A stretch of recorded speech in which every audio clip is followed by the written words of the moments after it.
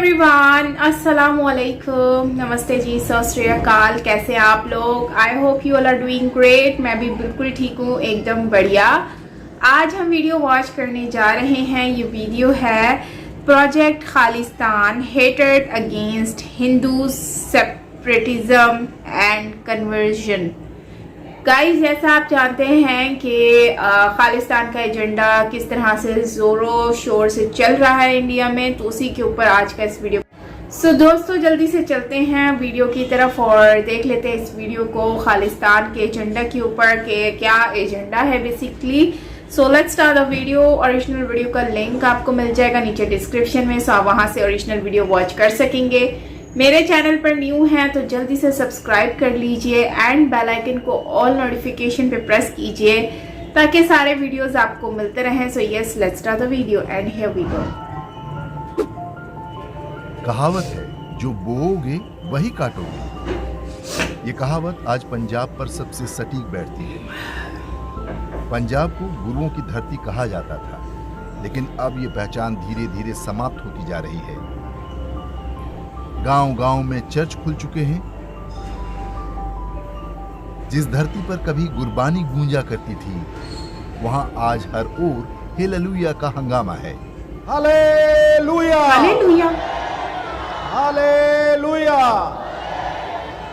Hallelujah क्या है? पंजाब के इस बदलते मजहबी चरित्र के पीछे असली कारण क्या है, ये जानना हम सभी के लिए आवश्यक है। कैसे सनातन धर्म के एक पंथ को उसकी जड़ों से काट दिया गया। इस स्थिति का दोषी कौन है, ये निर्णय हम आपकी बुद्धि और विवेक पर छोड़ते हैं। पंजाब के साथ आज जो कुछ हो रहा है, उसे समझने के लिए हमें इतिहास में जाना होगा। ये समझना होगा कि ईसाई मिशनरियां कैसे किसी फलते फूलते समाज को दीमक की तरह अंदर ही अंदर खोखला कर देती हैं।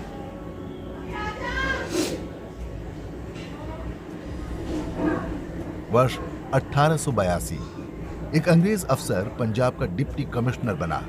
नाम था मैक्स आर्थर मैक्लीफ। उसे थोड़ा बहुत गुरमुखी का भी ज्ञान था।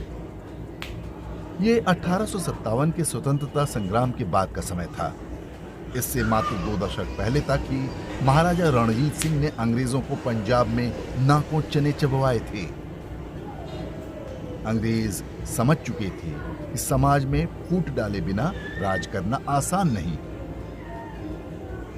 मैक्स आर्थर मैक्लीफ वो पहला व्यक्ति था जिसने ये कहना आरंभ किया कि सिख हिंदू नहीं होते। उसने गुरु ग्रंथ साहिब का अंग्रेजी अनुवाद भी किया, साथ ही सिख पंथ को एक अलग धार्मिक पहचान दिलाने में जुट गया। मैक्स आर्थर मैक्लीफ ने सबसे पहले हिंदू धर्म के विरुद्ध विश्व वमन आरंभ किया। उसका कहना था कि हिंदू धर्म अजगर की तरह है। ये अपने प्रतिद्वंदी के चारों ओर घूमकर उसे अपने लपेटे में ले लेता है और उसे पूरी तरह हजम कर जाता है। हिंदू धर्म ने उसी तरह सिख धर्म को जकड़ रखा है। ये नया धर्म अपना अस्तित्व बचाने के लिए संघर्षरत है। यदि सिख धर्म को राज्य सत्ता का समर्थन नहीं मिला तो वह एक दिन नष्ट हो जाएगा। एक परिवार के 2 सदस्यों की तरह रहने वाले हिंदुओं और सिखों में इस एक थ्योरी ने विभाजन के बीज तो ये वजह है। मैक्स आर्थर मैक्लीफ ने कहना आरंभ किया कि सिख एक मार्शल कौम है। वे सेना में भर्ती के लिए सबसे उपयुक्त हैं। उसने पंजाब में सेना की नौकरी में सिखों के लिए आरक्षण लागू कर दिया। आरक्षण मतलब? मैक्स आर्थर मैक्लीफ ने ही सिख विद्वान कान्ह सिंह नाभा से वर्ष 1889 में एक पुस्तक लिखवाई जिसका नाम था हम हिंदू नहीं। वर्ष 1909 में मैक्लीफ ने स्वयं भी एक पुस्तक लिखी जिसका नाम था Sikh religion, its gurus, sacred writings and authors. इसी पुस्तक में उसने सिखों को सनातन परंपरा से अलग करने की पूरी रूपरेखा तय कर दी। इसकी भूमिका में ही उसने खालसा पूजा पद्धति के नियम बताए। साथ ही सिखों के लिए सेना में अलग शपथ परंपरा आरंभ की। इस समय तक गुरुद्वारे महंतों और पुरोहितों की देखरेख में होते थे। उन्हें हटाकर खालसा प्रबंधक कमेटी बनाने का विचार भी उसी का था। 1906 में अंग्रेजों ने सिख को अलग धर्म के रूप में मान्यता दे दी, जिसके बाद अलगाव के संगठित प्रयास शुरू कराए गए। इसी वर्ष अमृतसर के स्वर्ण मंदिर में स्थापित हिंदू देवी देवताओं की प्रतिमाओं को हटा दिया गया। यही कार्य लगभग सभी गुरुद्वारों में हुआ। वर्ष 1909 में आनंद मैरिज एक्ट पास कराया गया, जिसमें सिखों के लिए अलग विवाह पद्धति तय की गई थी। इससे पहले तक हिंदू पुरोहित ही सिखों में वैदिक रीति से विवाह कराया करते थे। वर्ष 1925 में सिख गुरुद्वारा बिल पारित हुआ। शिरोमणि गुरुद्वारा प्रबंधक कमेटी या SGPC बनाई गई। इसके बाद धीरे धीरे गुरुद्वारों में महंतों पर तरह तरह के आरोप लगाकर उन्हें हटाने का अभियान आरंभ हो गया। कई संत महंतों के साथ मारपीट और यहाँ तक कि हत्याएं भी हुई।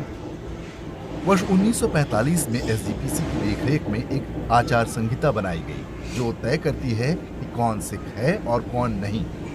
इसे रहत मर्यादा के नाम से जानते हैं। इसका पूर्ण रूपेण उद्देश्य सिखों को सनातनी परंपरा से अलग करना था। कहा गया कि सिख धर्म में मूर्ति पूजा प्रतिबंधित है और वे केवल एक पुस्तक गुरु ग्रंथ साहिब में ही आस्था रखते हैं। इस तरह से सिखों को सिद्धांत रूप से अब्राहमिक मजहबों के साथ खड़ा कर दिया गया। ये ध्यान रखा गया कि सिख पंथ की परंपराओं में अधिक से अधिक फारसी भाषा का प्रयोग हो। SGPC के तत्वावधान में सिख इतिहास को नए सिरे से लिखा गया। स्वर्ण मंदिर की नींव एक मुसलमान के हाथों रखवाने और गंगू बामन जैसी नकली कहानियां गढ़ी गईं। इससे पहले इन बातों का कहीं कोई प्रमाण नहीं मिलता। गुरु गोविंद सिंह जी की वाणी दशम ग्रंथ में चंडी दीवार को मिलावट घोषित कर दिया गया। ये दुर्गा सप्तशती पर आधारित था। इसी तरह गुरु गोविंद सिंह जी की वाणी विचित्र नाटक को भी खारिज कर दिया गया। इसमें हिंदू समाज पर मंडरा रहे संकटों की बात की गई है। वीर हकीकत राय, भाई सतीदास, भाई मतीदास और भाई दयाल आदि के बलिदानों को सिखों का बलिदान बताकर प्रचारित किया गया, जबकि इनके वंशज आज के समय में भी हिंदू हैं। यही काम कश्मीर के राजा गुलाब सिंह के सेनापति और भारत का नेपोलियन कहे जाने वाले जनरल जोरावर सिंह के साथ किया गया। उन्हें सिख बताया जाने लगा, जबकि वे डोगरा राजपूत थे और उनके वंशज आज भी हिमाचल प्रदेश में रहते हैं। बंदा बहादुर, जिनका उस समय तख्त खालसा बनाकर विरोध किया गया, मुगलों से मिलकर उन्हें पकड़वा दिया गया था। SGPC उन पर भी अपना दावा करने लगी। अच्छा, गुरु गोविंद सिंह जी द्वारा स्थापित निर्मल अखाड़े को सिख इतिहास से ही खारिज कर दिया गया, क्योंकि यह संस्कृत और वेदांत के प्रचार प्रसार के लिए बनाया गया था। तो मैक्आर्थर मैक्लीफ ने जिस अलग खालसा सिख पंथ की कल्पना की, वास्तव में उसका गुरुओं की शिक्षा से कोई लेना देना नहीं था। आज हम जो कट्टरपंथी सिख पंथ देखते हैं, एक तरह से उसका संस्थापक मैक्लीफ ही है। स्वयं को पूरी तरह परिभाषित करना और दूसरों को खारिज कर देना अब्राहमिक परंपरा का हिस्सा है। सनातन मूल्यों में किसी समुदाय को परिभाषित करने का कोई दबाव नहीं होता। हमारे यहाँ दो पंथों या विचारधाराओं के बीच धुंधली विभाजन रेखा हो सकती है, हम इसके साथ ही सहज होते हैं। आज भी बड़ी संख्या में पंजाबी हिंदू गुरुद्वारों में जाते हैं। इसी तरह वैष्णो देवी जैसे मंदिरों में सिख भक्तों की अच्छी खासी संख्या होती है। इसका एक और उदाहरण गुरु नानक देव के पुत्र बाबा श्रीचंद द्वारा स्थापित उदासीन अखाड़ा है। ये लोग सनातन धर्म को मानते हैं और पंच तत्वों की पूजा करते हैं। वैष्णो देवी में भी बहुत सारे जाते हैं। गुरु ग्रंथ साहिब में हरि शब्द 8000 से भी अधिक बार प्रयोग किया गया है। इसी तरह राम का नाम 2500 से अधिक बार आता है। गुरु गोविंद सिंह का नाम गोविंद है और सिंह उपनाम भी हिंदुओं से लिया गया है। हास्यास्पद बात यह है कि खालिस्तानी इन बातों को अपने खोखले तर्कों से झुठलाने का प्रयास करते हैं। वे कहते हैं कि ये वो राम नहीं, वो कृष्ण नहीं, वो चंडी नहीं। यहां तक कि उनके अनुसार देह शिवावर मोहि इह में शिव भी वो नहीं है। वास्तव में ऐसा करके वे गुरु ग्रंथ साहिब को ही अपमानित कर रहे होते हैं। हिंदू और सिख पंथ पहले मुगलों और बाद में अंग्रेजों से मिलकर लड़े। विभाजन के समय दोनों ही समुदायों ने इस्लामी बर्बरता झेली, लेकिन मैक्लीफ ने विभाजन का जो बीज बोया था वह अंदर ही अंदर अपनी जड़ें जमाता गया। उसी का परिणाम है कि सिख समुदाय के कुछ लोग हिंदुओं को सबसे बड़ा शत्रु मानने लगे। खालिस्तान के नाम पर पंजाब में लगभग 50,000 निरपराध हिंदुओं की हत्या की गई। इसके बाद 1984 के जिस सिख नरसंहार के लिए वे हिंदुओं को दोषी बताते हैं वह वास्तव में कांग्रेस द्वारा प्रायोजित था, जबकि कट्टरपंथी सिख कभी इसके लिए कांग्रेस के विरुद्ध कुछ नहीं बोलते। हिंदुओं और सिखों के साझा इतिहास पर हमारे वीडियो का लिंक आप डिस्क्रिप्शन और कमेंट में देख सकते हैं। मतिभ्रमित लोगों का ये समूह आज भारत से लेकर यूरोप और कनाडा तक सक्रिय है। जिस पाकिस्तान में इनके पूर्वजों का समूल नाश कर दिया गया, उनके गुरुद्वारों को मस्जिद में बदल दिया गया, उससे इनकी बड़ी मित्रता है। तो लौटते हैं पंजाब की आज की परिस्थितियों पर। मैक्स आर्थर मैक्लीफ ने जिस उद्देश्य के लिए सिखों में अलगाव पैदा किया था वो अपने लक्ष्य तक पहुंच चुका है। कोई समुदाय जब एक बार अपनी जड़ों से कट जाता है तो उसे जिधर चाहे उधर मोड़ना आसान हो जाता है। पंजाब में सिख समुदाय के लोग बड़ी संख्या में ईसाई बन रहे हैं। समाज में कड़वाहट फैल रही है और हिंसा की घटनाएं भी सामान्य हैं। चुनाव से ठीक पहले गुरु ग्रंथ साहिब के अपमान की जो घटनाएं हो रही थीं, एक चर्च समर्थित सरकार बनते ही वो भी अचानक बंद हो गईं। हिंदुओं से अलग होकर सिख समुदाय आज विचित्र स्थिति में है। ईसाई मिशनरियों के एजेंट और चर्च के पादरी सोशल मीडिया पर बयान जारी करके सिख पंथ की खिल्ली भी उड़ा रहे हैं। उदाहरण के लिए ये संदेश सुनिए। ਤੁਹਾਡੇ ਕੋਲ ਤਾਂ ਖੁਦ ਹਿੰਦੂ ਧਰਮ ਤੋਂ ਲਿਆ ਹੋਇਆ ਗਿਆਨ ਹੈ। ਜੋ ਉਹਨਾਂ ਬ੍ਰਹਮਾ ਵਿਸ਼ਨੂੰ ਸ਼ਿਵ ਦੇ ਹਵਾਲੇ ਦੱਸਿਆ ਉਹੀ ਤੁਸੀਂ ਕਾਪੀ ਪੇਸਟ ਕਰਤਾ। ਪਹਿਲਾ ਆਦਮੀ ਕੌਣ ਸੀ ਤੇ ਕਿਵੇਂ ਪੈਦਾ ਹੋਇਆ ਸੀ? ਤੁਸੀਂ ਸਾਇੰਸ ਦੀਆਂ ਬੜੀਆਂ ਐਗਜ਼ਾਮਪਲਾਂ ਦਿੱਤੀਆਂ ਸਾਇੰਟਿਸਟੋ। ਕੀ ਤੁਸੀਂ ਮੈਨੂੰ ਦੱਸੋਗੇ ਕਿ ਤੁਹਾਡੇ ਪਹਿਲੇ ਪੂਰਵਜ ਕੌਣ ਸਨ? ਕੀ ਤੁਸੀਂ ਬਾਂਦਰਾਂ ਤੋਂ ਪੈਦਾ ਹੋਏ ਸੀ ਜਿੱਦਾਂ ਸਾਇੰਸ ਕਹਿੰਦੀ ਹੈ, ਜਾਂ ਫਿਰ ਜਿੱਦਾਂ ਹਿੰਦੂ ਗ੍ਰੰਥ ਕਹਿੰਦਾ ਹੈ ਮਨੂ ਤੋਂ? ਤੁਸੀਂ ਕਿੱਦਾਂ ਪੈਦਾ ਹੋਏ ਸੀਗੇ? ਤੁਹਾਡੀ ਹੋਂਦ ਕਿੱਦਾਂ ਆਈ? ਇਸਲਾਮ, ਮਸੀਹਤ ਤੇ ਯਹੂਦੀ ਤਾਂ ਮੰਨਦੇ ਨੇ ਕਿ ਜੋ ਵੀ ਮਨੁੱਖੀ ਜੀਵਨ ਹੈ ਉਹ ਆਦਮ ਤੋਂ ਪੈਦਾ ਹੋਇਆ। ਇਹ ਤਿੰਨੋਂ ਧਰਮ ਇਸ ਗੱਲ ਦੇ ਉੱਪਰ ਮਜ਼ਬੂਤ ਖੜੇ ਨੇ ਕਿ ਆਦਮ ਤੋਂ ਹੀ ਪਰਮੇਸ਼ਵਰ ਨੇ ਜੀਵਨ शुरू ਕੀਤਾ। ਤੁਹਾਡਾ ਕੀ ਮਤ ਹੈ? ਤੁਸੀਂ ਆਪਣੇ ਵਿਚਾਰ ਦੱਸੋ। वास्तव में खालिस्तान ईसाई मिशनरियों का प्रोजेक्ट है जिस पर मैक्स आर्थर मैक्लीफ के समय से ही काम शुरू हो गया था। पाकिस्तान या उसकी खुफिया एजेंसी ISI बस इस काम में उनकी सहयोगी है। यह षड्यंत्र हिंदुओं के एक पूरे समुदाय को भ्रमित करके ईसाई बनाने के लिए रचा गया था। कहते हैं कि मैक्स आर्थर मैक्लीफ ने अपने अंतिम दिनों में सिख पंथ अपना लिया था, लेकिन यदि उसने ये काम आस्था से किया होता तो उसके जैसे कुछ और अंग्रेज भी सिख बने होते। गुरुओं की शिक्षा पर आधारित सिख पंथ के आगे आज अपने अस्तित्व की सबसे बड़ी चुनौती खड़ी है। आश्चर्य की बात है कि सिखों का धार्मिक नेतृत्व अभी तक इस खतरे को भांप तक नहीं सका है। उनके लिए निजी स्वार्थ और कनाडा का वीजा ही सब कुछ है। सनातन धर्म से जुड़ा अपना गौरवपूर्ण इतिहास और गुरुओं की शिक्षा उसके आगे कुछ भी नहीं।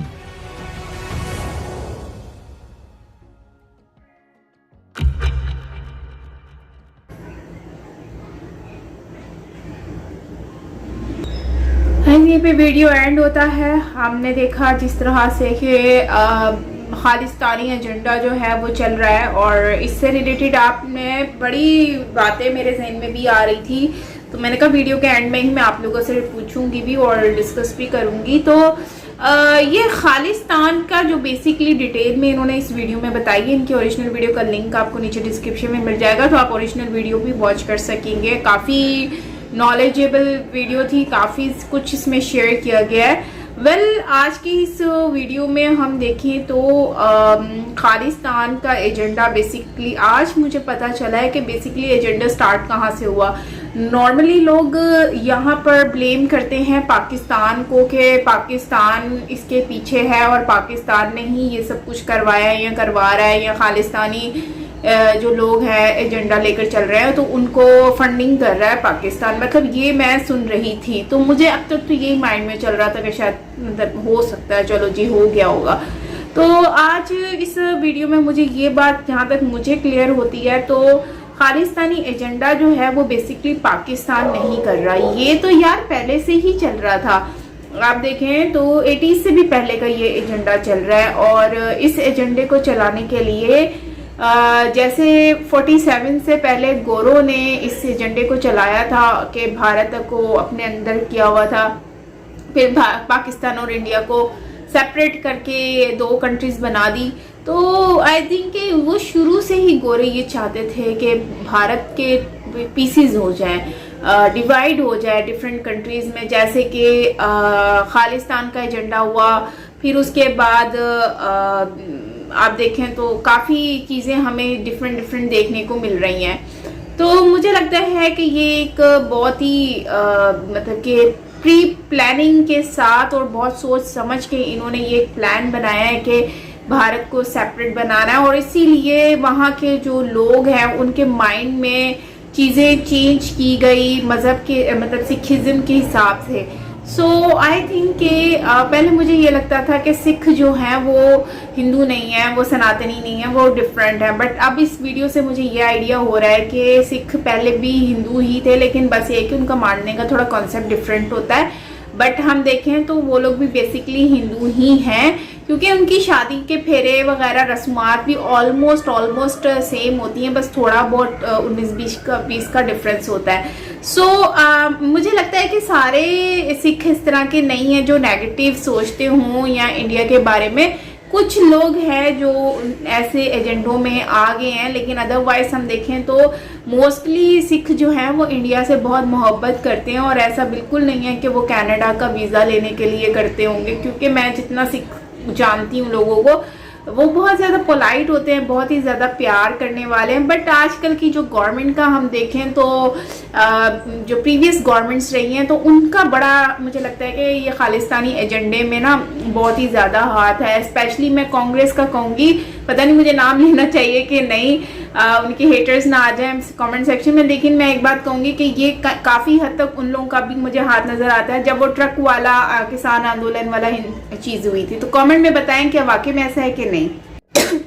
तो आप लोग कमेंट में अपनी राय ज़रूर दीजिएगा किसान आंदोलन के बारे में। मुझे इतना तो डाउट हो रहा है, और डाउट नहीं क्योंकि कंफर्म है, क्योंकि देखो जब किसान आंदोलन हुआ था उस टाइम पर भी इन लोगों ने किस तरह से ट्वीट करके हाईलाइट की थी चीज़ों को, और कहा था नहीं किसान मतलब के बातों को जैसे वो लंबी चौड़ी करने वाली कहानी होती है, सेम वैसे ही उन लोगों ने उस टाइम पर किया था। खैर अब तो जाकर काफ़ी चीज़ें सॉर्ट आउट हो चुकी हैं, नरेंद्र मोदी जी ने इतना कुछ सेट किया हुआ है।